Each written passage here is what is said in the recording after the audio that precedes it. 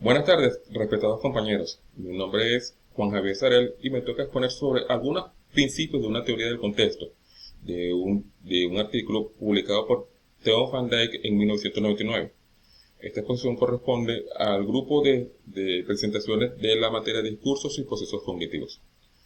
La agenda que vamos a seguir de este trabajo es la siguiente.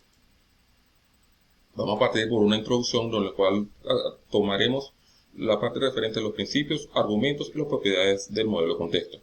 También destacaremos las funciones del modelo contexto, las operaciones mentales, modelos contextuales, la contextualización del discurso, las categorías globales y categorías locales, la importancia que tienen ellos a nivel de la especificación del discurso, lo que es la cognición, las conclusiones y la bibliografía. Para sumergirnos en el tema de la teoría del discurso, es necesario empezar por una introducción, donde trataremos los principios, los argumentos y las propiedades. A nivel de principios, incluye una teoría de las estructuras verbales y discursivas, una teoría del contexto y una teoría que establece relaciones entre las estructuras del texto y las estructuras del contexto. Es decir, que todo texto o toda información que se quiera dar o se quiera especificar en forma de discurso debe tener un escenario, un contexto y puede diferenciar uno de otro. Es decir, que la parte básica de una teoría de contexto es sencillamente la estructura en sí misma. En los argumentos no es la situación social comunicativa la que influye en las estructuras verbales o discursivas, sino la representación mental en cada participante. Aquí, en este punto, es donde interviene cómo el participante o el actor piensa o tiene conocimiento de lo que se está hablando, de cómo puede influir y cómo puede fluir la comunicación entre él y el otro participante. A nivel de propiedades, la estructura de los modelos mentales se define con un esquema que consiste de algunas categorías muy generales, tales como el escenario, los participantes y el elemento de acción. Cuando hablamos de escenario, tiene que tener el tiempo y el lugar, y puede ser definido de manera muy concreta. No es necesario especificar, mejor dicho, es necesario especificar dónde se habla el tema, en qué contexto, en cuál escenario tratar, porque no es lo mismo de pedir, por ejemplo, pedir pan el día de ayer que pedir pan el día de hoy, porque quizás ayer no tenías cómo comer, o decir tienes.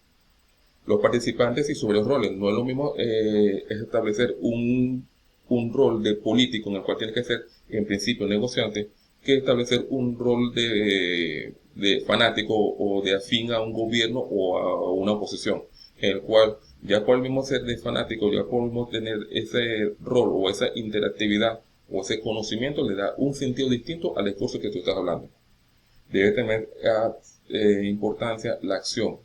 Hemos visto en sesiones anteriores que el discurso motiva la acción y es por tanto, como dice Van Dijk, que debe tener estructura y debe tener sitio, y debe tener acción y debe tener un esquema a seguir. Es importante mencionar entonces cuáles son las funciones del modelo de contexto. Para ello, les podemos decir que sirve para que la gente o los participantes tengan una representación más o menos adecuada y relevante en su entorno.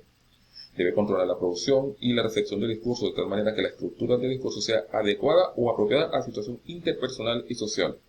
Es decir, el contexto tiene sus propias particularidades y cada uno va a estar determinado bien sea por los participantes o por las condiciones en que estén estos participantes. Debe tener una estructura que debe ser entendida tanto por el emisor como el receptor al momento de dar un mensaje. Tiene que haber una situación específica y consona con los pensamientos que tiene tanto el participante emisor como participante receptor. Así, es necesario vincular que el contexto funciona según las personas que lo integran y el escenario donde se esté trabajando. Pero, ¿cómo trabaja la mente en estos modelos contextuales? ¿Cuál es su operación? La formación de modelos del contexto es estratégica, porque si bien es cierto que un discurso, la persona que hace el discurso debe tener una influencia, él debe manejar inconscientemente o conscientemente cómo va a ser el plano en el cual va a decir este discurso. Una vez producido el modelo, puede ser incompleto errado del contexto, el hablante empieza con la producción del discurso. Si el discurso es sobre un evento concreto, el hablante activa el modelo mental del evento, es decir, que el que habla es el que gestiona cómo debe ser ese entendimiento. Él debe aprovechar que existe un entendimiento, un canal en el cual el mensaje debe ser trazado en el mismo escenario, con la misma técnicas de codificación y decodificación para que pueda ser entendido. Si los participantes están hablando en contextos diferentes, obviamente la comunicación no va a existir. Va a ser totalmente ilógico, inentendible. ¿Ok? Pero ya hemos visto entonces que ahora el discurso trabaja bajo un contexto y por tanto hay que tener una conceptualización de este discurso. Aquí es donde vamos a intervenir con dos grandes elementos que son las categorías globales y las categorías locales. Solamente las estructuras variables son conceptualizables en un discurso. Aspectos del escenario y el contexto controlan el uso de expresiones deísticas. No es lo mismo que usar el tú que el ustedes o el tú que el usted. Eso da una expresión directamente, una particularización de educación o de buena educación cuando se habla de ese aspecto. No lo mismo decir ahora que ahorita, y más ahora, y más todavía, cuando se habla de contextos distintos en países distintos. Recordemos que aquí en Venezuela, ahorita es ya ahorita, en estos momentos, mientras que el ahora puede ser dentro de un largo tiempo. En cambio, en otros países, ahora es right now, en esta oportunidad. Ahora hablaremos sobre estos escenarios y estos contextos a partir de las categorías globales y las categorías locales. Las categorías globales son tres y tienen que ver con el dominio, la participación de los globales y de la participación de los actores globales y la acción global.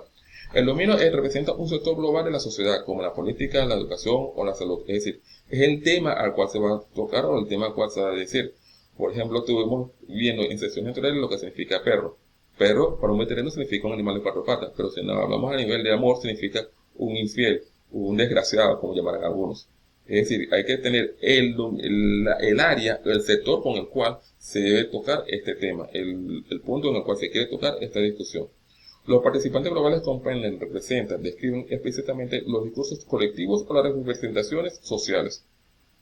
Justamente son ellos los que definen cómo van a interpretar esa información, cómo la van a decir, de qué manera la van a decir, cuándo la van a decir. Es decir, ellos tienen la manera de decir la información y generar el contexto o abrir el contexto para que esta información sea bien percibida por los receptores.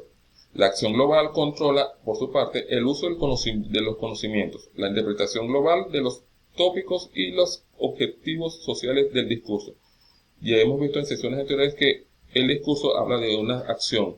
El discurso genera una acción. Y lo vimos también en el tema del foro abierto por el profesor Pedro.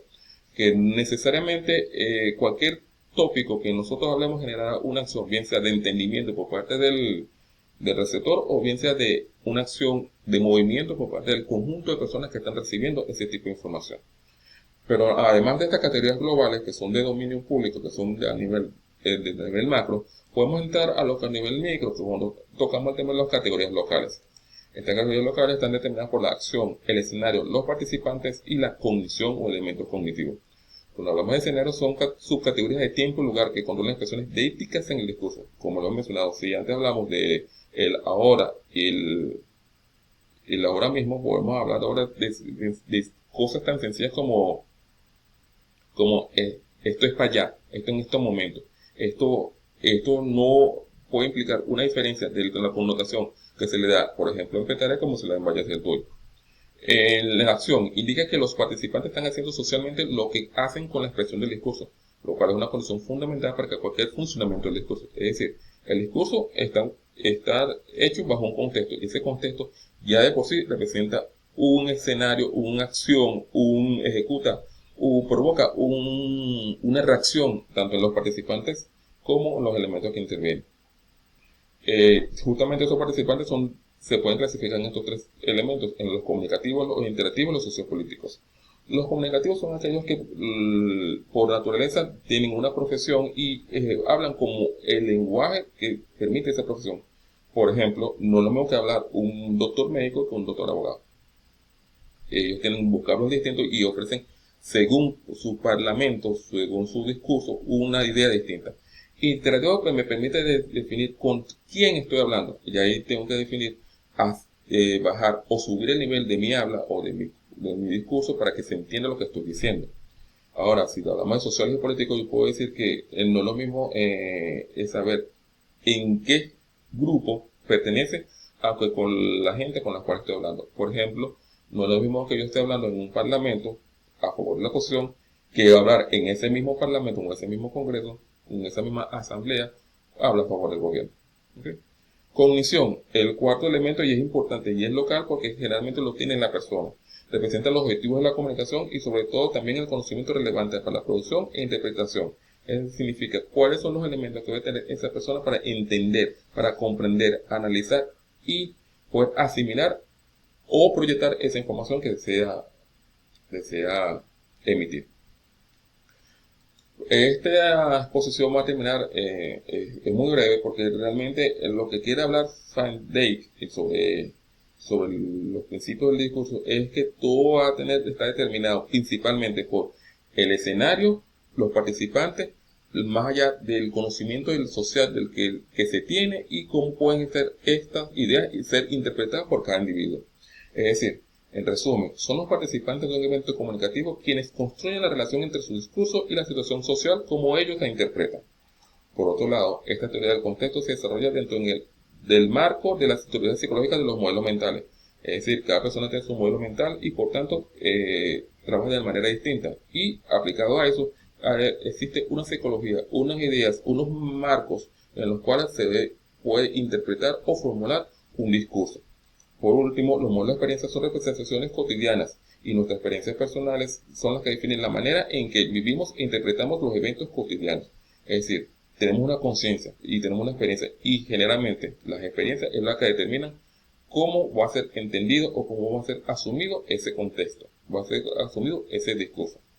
Aquí les presento brevemente la bibliografía que fue trabajada para este trabajo y le agradezco mucho su atención. Ahora espero por sus comentarios bien recibidos y muchísimas gracias. Estamos a la orden.